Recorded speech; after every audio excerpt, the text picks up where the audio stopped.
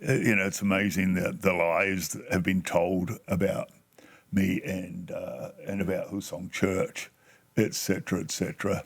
And yet the people who came to Hillsong, apart from, like every church would have, a small group of dissenters right. who have an axe to grind or a story to tell, and some of their stories I'm sure are valid. I don't question that. But yeah, it's the price of influence.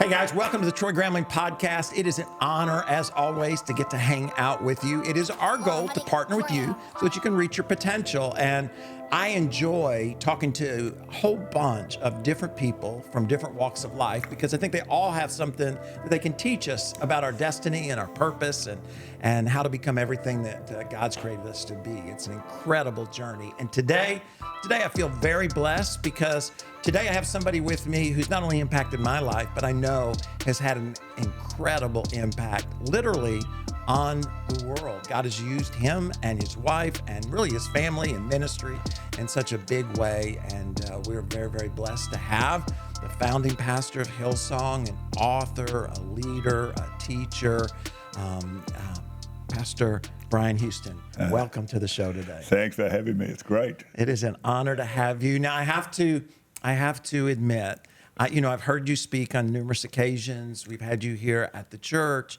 been to some roundtables, and your conference in London. Yeah, I remember that. I remember you being there. Yeah, that was incredible. And it's amazing the number of folks who have would come to the Hillsong conferences in all the different locations around the world. That's true. But I've never been to Australia. My wife has always wanted to go, but I've never been. So somebody who's never been, what makes Australia unique? Australians, the way we talk. And it's something you've got to put on your bucket list. You do have to go there before you go to heaven. Americans have this mindset that it's too far away. Right.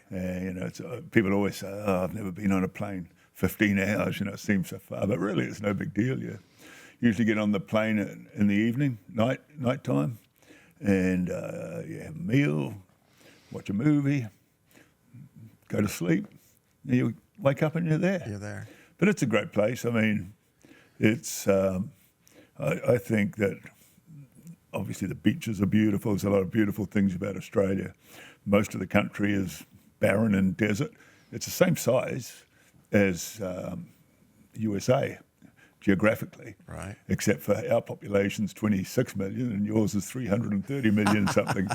And it's because a lot of it is uninhabitable. So right. Most people live on the coast. Yeah. So now, because when I hear, other than Hillsong and your ministry, I think of Crocodile Dundee. Oh, yeah. That movie, from my childhood. That's not is a knife. Australia anything like that movie? That's not a knife. This is a knife. But, exactly. And also, remember the Crocodile Hunter on yes. TV here as well? Uh-huh. Yeah, he was a big deal here before anyone in Australia knew who he was. Really? Yeah, because he was on, I think, the Discovery Channel or whatever here. He was on all the time. Yeah. In a word, no. Australia has a lot, a larrikin, to use that word, like a larrikin sort of culture. So, people, do sort of, I guess if you go, especially under rural areas, you would meet people similar to that as I think about it. Yeah. Now, I've always heard like the most dangerous animals in the world are in Australia as well. Is there any sense to that? Well, I heard the 10 deadliest snakes in the world are all in Australia. That's what I've heard. And so, and spiders, the particular spider in Australia, in Sydney, called a funnel web. And it's called that because, they literally have a web around the holes they dig and where they live, It'll kill you. They only come up with a what do they call it? Like the antidote or whatever? Anyway, they just came up with a quick cure. But you got to get to hospital quick if you get bit by one of them. Wow. But, snakes, they're around, but they're not on your mind. You don't get up every day looking. No, but when I'd go down in the bush under my house, it was pretty thick, and I'd definitely be thinking about snakes when I would go down there. Well, I know my wife, she's always wanting to go, so I'm sure we'll make Yeah, you got to do it. a journey over there. And then New Zealand's a beautiful place too. Yeah. And that's not far, right, from Australia? 2.5, 3 hour flight, drive, flight. So We'll have to, and now there, I think the sound of music. I don't know if I don't know why we haven't been on that side of the world, but anyways, it's great to have you. And I thought, thinking about you shared tonight about going to a new season, and I think that's such an incredible message. Now, you were telling us, how long have you been in ministry? Oh, in ministry, I went to Bible college in 1972, and so what's that, 52 years or something. I became a youth pastor around 50 years ago. So I've really been in ministry since I was in my 20s, since I was a young guy. I'm 70 now, so yeah. And then you started Hillsong? We started Hillsong with a small group of people in a little school hall. It got smaller every week for the first month. And we started with 70, and it made its way down to 45. And I worked out there was only going to be 4.5 more weeks, and there'd be no more people. But God turned it around, and we started for the first time seeing people making decisions for Christ. And we could never have perceived what was ahead of us. I always was a visionary and big dreams, and believed in potential of people.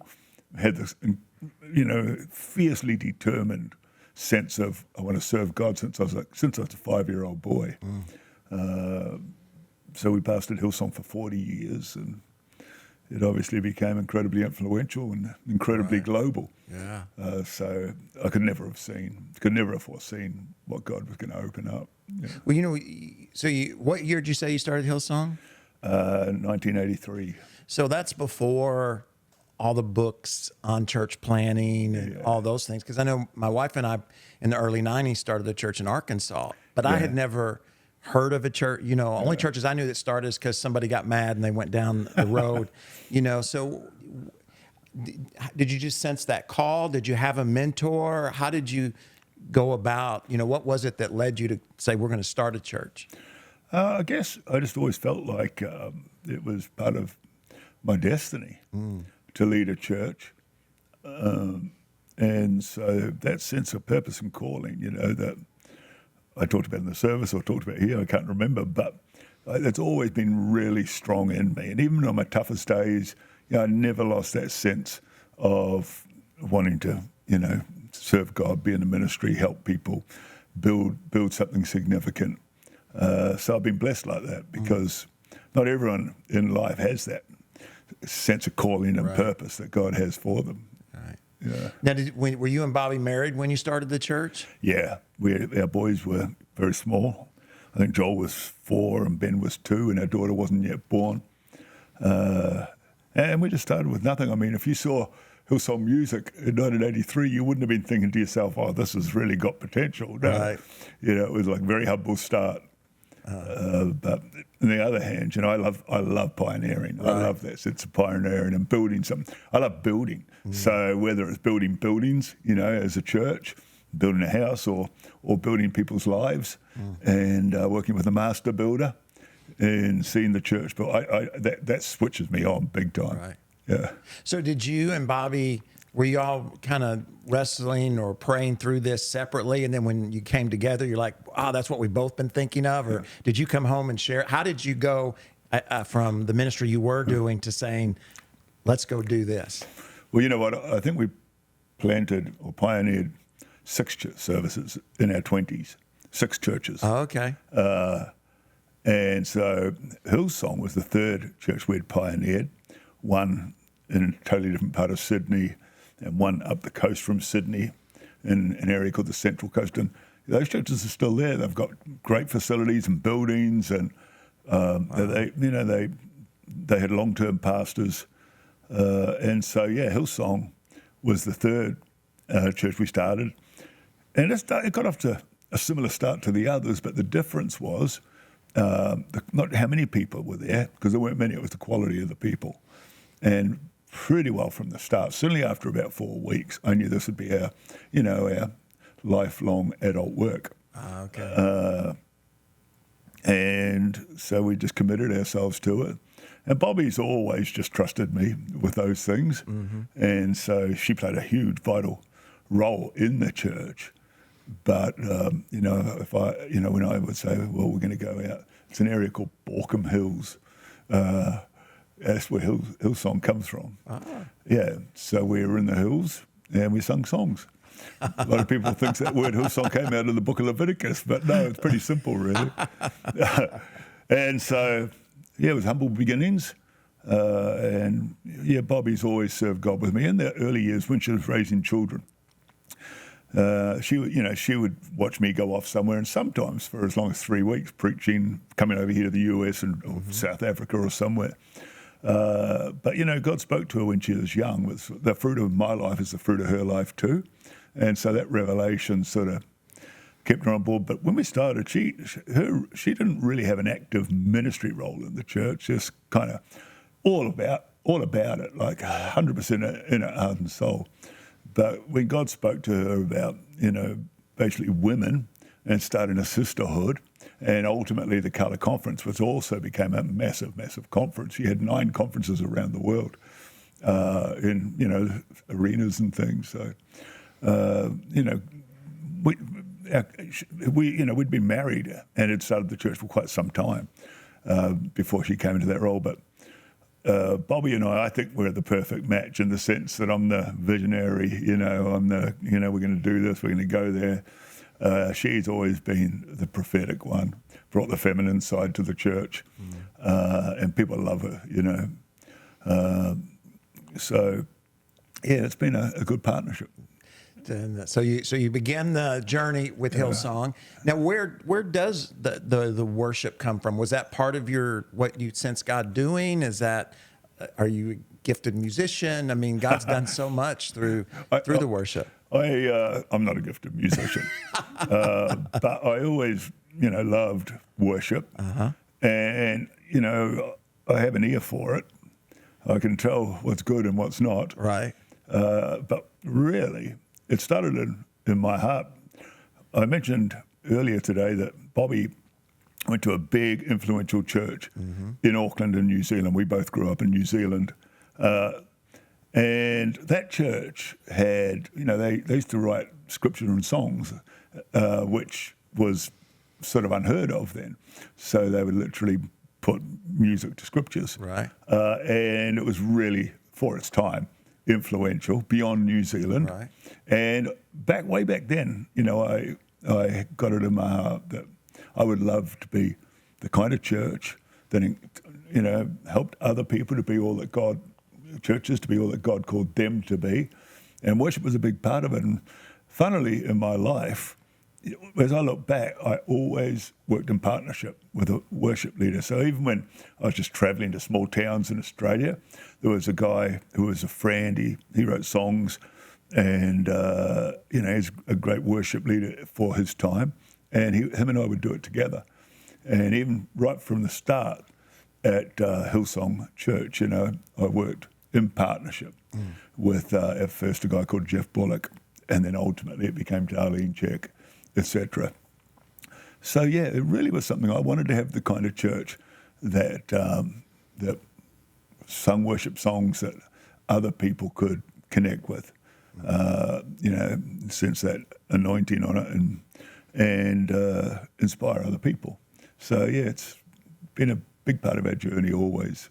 So incredible to not only think about the impact that Hillsong itself has had through its worship, but how it's raised the bar for other churches, around the world. I mean, I only know here in the United States, but it raises the giftedness, the calling of the churches, not only in the quality per se of their worship, but in the writing and the producing. Where so many more churches are writing their own songs and producing their own songs, even if they may not have the same reach. But it's seems to me that Hillsong had a lot to do with raising that bar and calling churches to believe they could do more. Yeah, well, when we started, churches, especially in Australia initially, started connecting with our songs. And there was a point where CCLI, which you would know as a pastor what that is, but they license worship songs for churches. And so, it started to get momentum there. And then, but some of the big Christian music labels here, they kind of wanted to put it in a box, like, oh, it's good for the youth. But I watched our church, and I knew it was good for everybody, not just for the youth. But obviously since then we had fantastic partnerships with some of the music labels and so on here. It's been a great journey. Yeah. But again, we would never have imagined when we started that our songs would be sung. I mean, tens of millions of people every week all over the globe. Could never have imagined. Yeah. Now, how did it impact your leadership of the church to have something like that expand and that, because especially at the time that was unique? Yeah. But people didn't come, people loved the worship, so they might come to the church because of worship, but it's not what keeps them there. Right. What keeps them there is their kids in a great children's ministry, their teenagers in a great youth ministry, et cetera, et cetera, et cetera. The things that built every church are the same things that built Hillsong Church. Right. And it wasn't necessarily the things we're famous for, but clearly, it was a big part of who we were. And it certainly didn't hurt us. It helped us a lot over all those years. Now, one of the things, and I'd ask you, is this was true in all of your leadership, that I've noticed about Hillsong is it, it's not just a certain group of people forever, but it evolves and it has continued to change as the culture has changed. And is that something that you're very intentional about in your leadership, to not get stuck in a certain rut or in a certain way of doing things? Or was that unique to Hillsong? How intentional has that been, not only for the music, but in the other areas of your leadership? Yeah, it's simple, really. I believe in the potential of people. This podcast is about potential. And I find with people, if you believe in them, and they know you believe in them, they'll go to the end of the earth for you. It gives you the right to challenge when you need to challenge, and, to get people back on course when you need to do that. So, we were blessed with incredible longevity in our key team, decades. Mm-hmm. And we never built our church ever on hiring people in. Never. We always built from within, built on sons and daughters, even certainly up to the last few years, even the campus pastors around the world, the church pastors in cities all over the world and countries all over the world, they were sons and daughters of the house. And I found that when we built like that, they were good. They're there in the good season. They're there in the tough season. Others who became Hillsong, right, when the challenges come, we're quicker to go. Right. So I'm a huge believer in building spiritual sons, building spiritual daughters, building around them. And it's quite amazing because we had a staff in Australia of 1,100 or somewhere close. And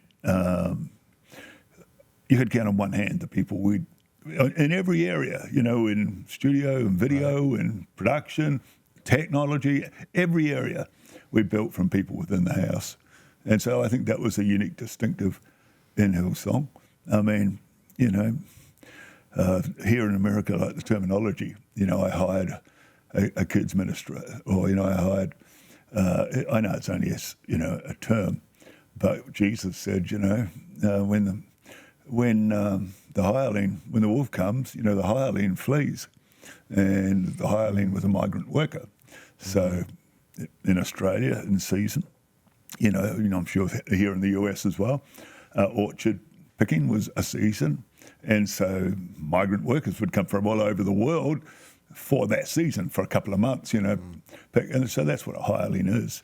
And so they don't necessarily have a passion for the place, they don't necessarily have that sense of vision that you so want to be instilled into people. So I'm a huge believer, wherever possible, is to see the potential in people and believe in them. And it's amazing. If you can see the gold in people before anyone else can see it, that's a pretty great gift to have in life. And then I guess out of that, you start the college to develop that, because I know that's had a big impact on a lot of churches and a lot of young people along the way as well. Yeah. And then the conference, and all of those things that God has given you to speak, beyond Hillsong, into the leaders and churches and even businesses around the world. When did you sense God stirring that in your spirit? I had a real shift at one point, because like a lot of pastors, we need people to connect with us. We need people to volunteer. We need people to run with the vision. We need people who are going to give, who love the Lord and basically believe in the potential of the church and want to be a blessing to their local church. One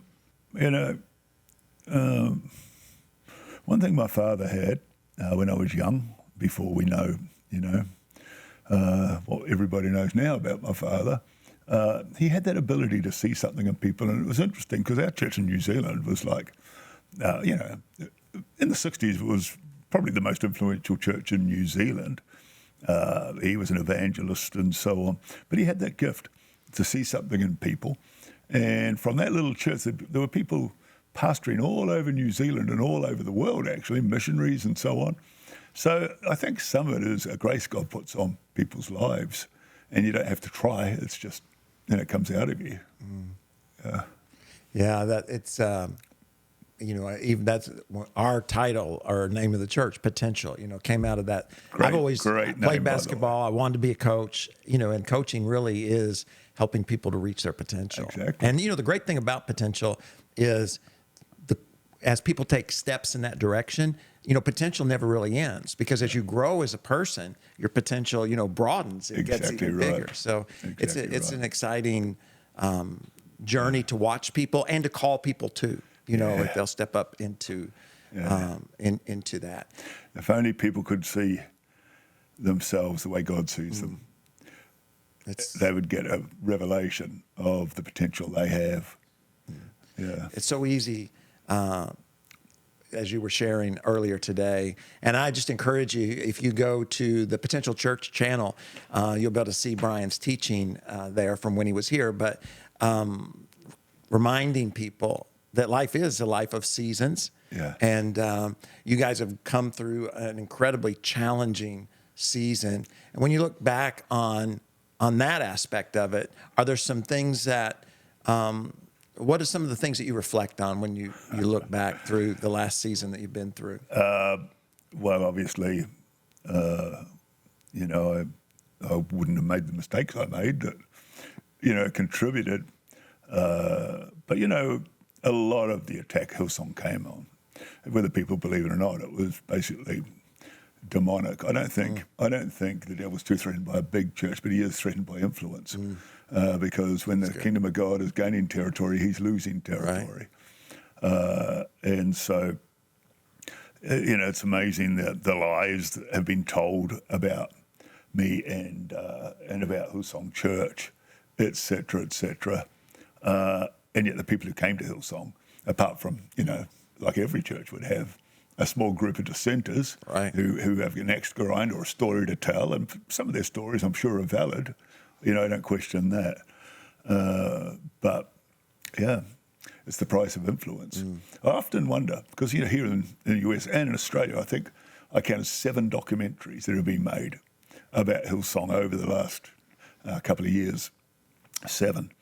And the interesting thing with that is people should ask themselves, who's making these documentaries? If we were a gay-affirming, progressive, woke church, I'm sure none of those attacks would have come.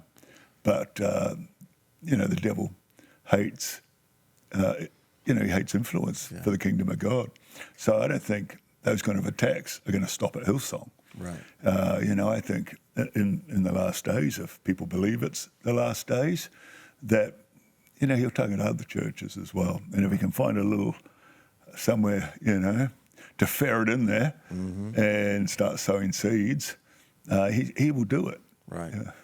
Now reflecting on that, because, we all go through those kind of, and the greater, like you said, the greater your influence, or if you're willing to have the courage to stick your head up, you're going to get attacked. But let me ask you, we all know folks who are going through, certain challenging seasons. What did the most encouraging people bring to you and Bobby, so that we can learn to, because a lot of times when somebody goes through something, people think, well, I don't know what to say. So then they're quiet. Exactly others might be scared and run away. But what are the things that people did that really mattered and made a difference? Yeah, Hillsong, our congregation, they were the real gold of Hillsong Church. And they loved Bobby and I. In fact, I would say the great majority of them still love Bobby and I. And it was a culture of encouragement, which you don't fluke. Right. You get what you go for, as I'm sure you know. And so we were surrounded by great encouragement. But then when, everything hit the fan, per se, you said it exactly right. There's those who just go quiet. And, to a degree, sadly, you find out what's really in people. But we've had a few, and I would say just a few, pastors. I mean, we've got lots of friends everywhere. We've got a lot of people who have been very kind, very gracious to Bobby and I, and very generous, and people like you, having me here to bless potential church and have this podcast. So, I could say there's some people who have been absolute gold with their encouragement to Bobby and I. And everybody needs encouragement. You need encouragement in your best of times. When people don't think you need encouragement, every human being needs encouragement. And sadly, some people, even if they feel, like you've made a big difference in my life, they don't voice it. And I think encouragement, just like honour, you can't. Look, there's a football coach in soccer in Britain who's famous. His name's Sir Alex Ferguson. I don't know whether you've heard of him. He coached Manchester United, won everything. Like, he had a record no one will ever beat. And I hate Manchester United. But, I had to respect. You could not respect what he built. And so I respected Sir Alex Ferguson.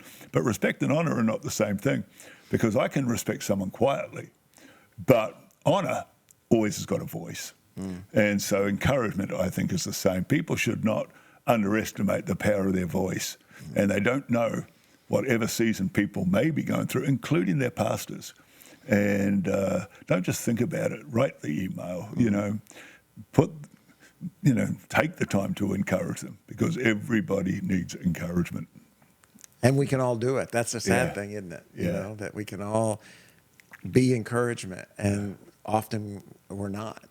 We just get so kind of focused on our own lives. I think sometimes we forget about the power that God's put inside of us to be able to make, and it makes a difference. Anybody that's ever been encouraged knows it makes it makes a tremendous difference. Well, I wanted to ask you one other question. I know we kind of jumped all over the fact, but often, especially when you think about leaders and pastors, in ministry especially, they'll, there's this picture in people's mind of the pastor's kid. And yet, you and Bobby have raised an incredible family who had impact in different ways around the world. What is it that you did when the kids were little and as they grew up that allowed you to lead around the world, but at the same time to live a life and love your family? I think, raise your kids to love the house of God. Obviously to love God first, but to love the house of God.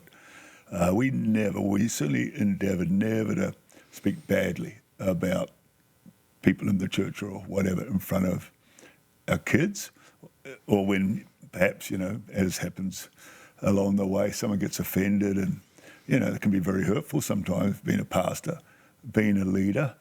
But we always tried to not speak that stuff into our kids, so they love the house of God. We, I always tried to make it fun for them. So when they're little kids, for example, we didn't just go to church. We'd always afterwards go to McDonald's. And so they started associating McDonald's with going to church. Well, hopefully, now that my boys are in their 40s and my daughter's in her late 30s, I hope they still aren't going to church for McDonald's. I think everyone, pastors as well, because kids feel it. Right. Yeah, when my father would get criticised, I think I felt it, as much as he felt it. Kids feel it. And sometimes, kids can grow up resenting the house of God because, they could perceive you put the church first. And so I always tried to be at my boys' sports games. One time I was in a board meeting, and it was a boring board meeting. They were in policy and whatever. And I excused myself. I said, just give me a minute. And I jumped, and they continued to have the meeting. And I jumped in the car, went 5 minutes down the road to where Ben, my son, was training for rugby, and made sure I stayed long enough for him to see me, give him a wave and so on. And then went back to the board meeting and never ever told them where I actually went. I just said, something urgent came up. And so, I think including your kids and how's kids going to respect the house of God if they hear you speaking badly about it or speaking badly about people in the church? And so leave that to when they're not around. Right. Well, I appreciate you. I appreciate Bobby. I appreciate your ministry over the years. And we're honored to have you not only on the podcast, but to have you in the States. And look forward to what God has and how he's going to use you in the future. Thank you. I appreciate it. So am I. I'm only 70. I've got lots of life in front of me. So amen. Looking forward to seeing how it all unfolds. It's going to be great. So you can check. And what's all your handles? Is it your name, or where can they find out more about what all you're doing? BrianandBobby.com. BrianandBobby.com. Yeah. So check it out. Lots of exciting things around the corner. I am so thankful, guys, that you hung out with us. Don't forget, every Sunday night at 6 o'clock, we have Sunday Night Live. It's actually a live stream opportunity for us to hang out, build some community, have fun, learn a little bit. And that's every Sunday at 6. And then on Thursdays, we drop the podcast at 8 a.m. and share, subscribe, do all that stuff that's really important to the algorithm, all right? Our partner, our desire is that you reach your potential. We want to do everything we can. Oh, by the way, I forgot. I do have my first ever book. Whoa. It's not out yet. This is just, but it's going to look like this. You can pre-order it online because you know what? The Amazon algorithm matters. We'll see you next week. Love you guys. God bless. And we'll see you soon.